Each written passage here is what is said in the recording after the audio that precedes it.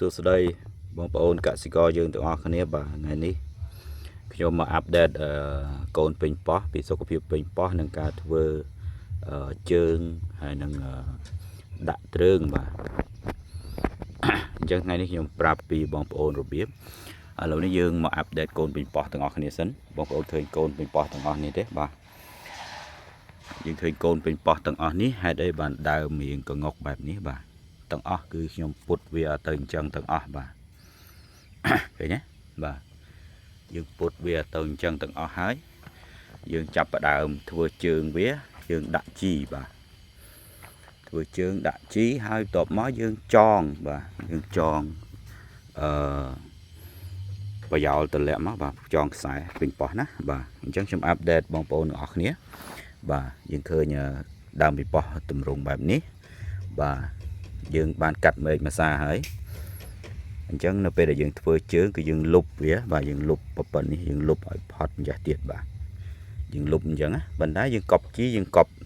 ប្រឡោះកដាលនេះបាទហើយប្រឡោះកដាលនេះបាទអញ្ចឹងណាយើងធ្វើច្អូអញ្ចឹងឯងហើយ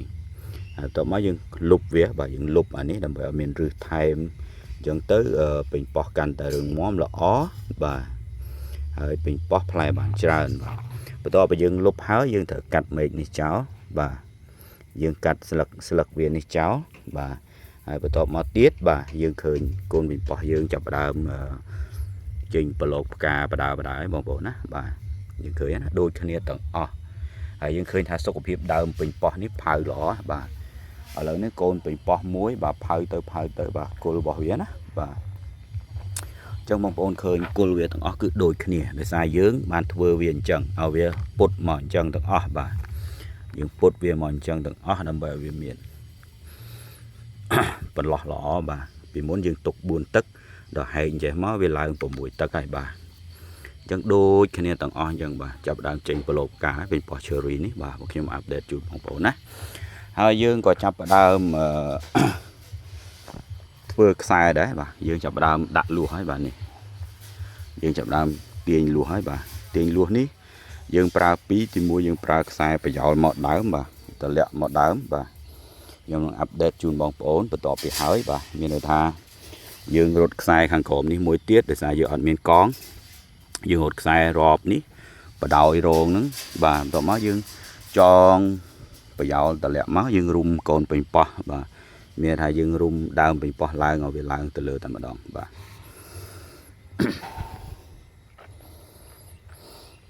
ហើយកូនពេញប៉ោះនេះប្រហែលជាអាចមកទឹកជាងទៀតបាទ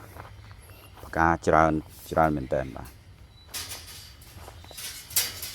ទបដោះកដាលនេះយើងដាក់សដែកបាទសដែកបេះរាល់ថ្ងៃបាទអញ្ចឹងខ្ញុំនាំបងប្អូនទៅមើលបាទពីកូនពេញប៉ោះនៅមួយចំហៀងទៀតពីព្រោះមួយផ្ទះសំណាញ់នេះបាទយើងដាំបានរហូតទៅដល់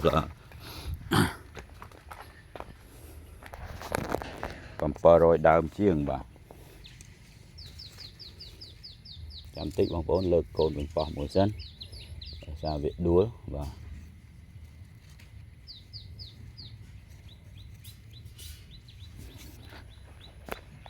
អូខេនេះមួយចំហៀងទៀតបាទដូចគ្នាដែលខ្ញុំប្រាប់បងប្អូនអញ្ចឹង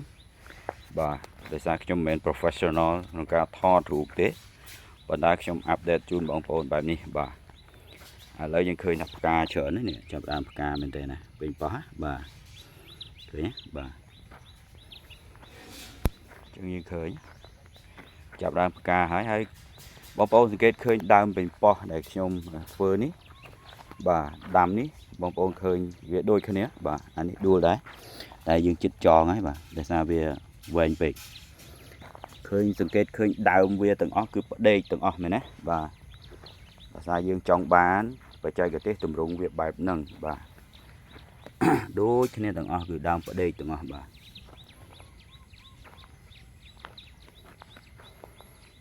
យើងចង់បានដើមពេញប៉ោះគឺបែបហ្នឹងណាបងខ្ញុំអាប់ដេតជូនបងប្អូនម្ដងទៀតបាទ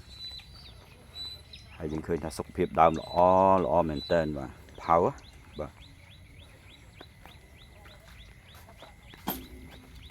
ហើយខ្ញុំនឹងបន្តអាប់ដេតជូនបងប្អូនទៀតនៅពេលដែលយើងចាប់ផ្ដើមរត់ហើយបាទយើងចាប់ផ្ដើមរត់ខ្សែហើយប្រយោលហើយ ហើយខ្ញុំនឹងប្រាប់បងប្អូនអំពីការតែងមែកបន្តទៀតហើយនឹងកាត់ផ្កាបាទពីព្រោះផ្កាទាំងអស់មិនមែនថាយើងទុកទាំងអស់ទេយើងត្រូវកាត់ខាងចង់វាចោលដែរដើម្បីឲ្យផ្កាដើមទីហ្នឹងគឺវាមានសុខភាពល្អរឹងមាំបាទ បាទឃើញទេនេះសិផ្កានេះពេញប៉ោះបាទថ្ងៃនេះយើងចាប់ដើមរត់ហើយបាទរត់ខ្សែប្រយោលដើម្បីស្រោតតិចពីព្រោះកូនពេញប៉ោះចាប់ដើមតលាក់ដើមពេញប៉ោះចាប់ដើមតលាក់ខ្លួនមែនទេណាចឹងយើងត្រូវការធ្វើជើងហើយចងវាបាទដើម្បីត្រៀមទទួលផលហើយការដាំពេញប៉ោះ cherry នេះគឺជារឿងមួយដែលល្អបាទយើងបេះបានយូរដែរបេះបាន3ខែដែរណាបាទអញ្ចឹងយើងដាំទៅហើយទីផ្សារវាក៏ល្អដែរ